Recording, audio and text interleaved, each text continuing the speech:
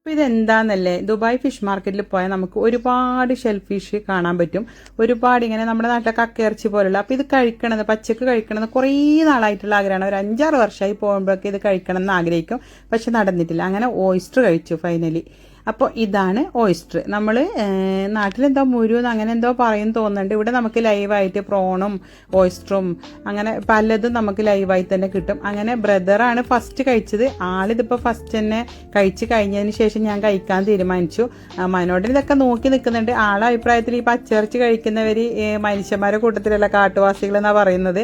അപ്പോൾ ഞങ്ങളിത് എന്തായാലും ഒന്ന് ട്രൈ ചെയ്യാൻ തീരുമാനിച്ചു. അപ്പോൾ അവൻ ആദ്യം കഴിച്ചു, കുഴപ്പമില്ല എന്ന് പറഞ്ഞു. അപ്പോൾ അവനിങ്ങനെ ചവച്ച് കഴിക്കണം, ഇങ്ങനെ വിഴുങ്ങാൻ പാടില്ല എന്ന് പറഞ്ഞു. രണ്ടാമത് ഞാനും കഴിച്ചു നോക്കി. അപ്പോൾ നമുക്ക് ഇവിടെ ഒരുപാട് ഷെൽ ഫിഷ് കാണാൻ പറ്റും. ഇത് എങ്ങനെയാണ് കഴിക്കേണ്ടത് പോലും നമുക്കറിയില്ല ചില സമയത്ത്. അങ്ങനെ ഞാനും ഒരു ഓയിസ്റ്റർ, വലിയൊരു ഓയിസ്റ്റർ എടുത്ത് അതിൽ നാരങ്ങാ നീരൊക്കെ ഒഴിച്ച് ഞാനും അത് ട്രൈ ചെയ്തു. ഇപ്പോൾ ഈ സാരിയൊക്കെ എടുത്ത് എന്താ ഫിഷ് മാർക്കറ്റിൽ ആലോചിക്കേണ്ട, നമ്മൾ വേറൊരു സ്ഥലത്ത് പോകുന്ന വഴിയാണ് കയറിയത്.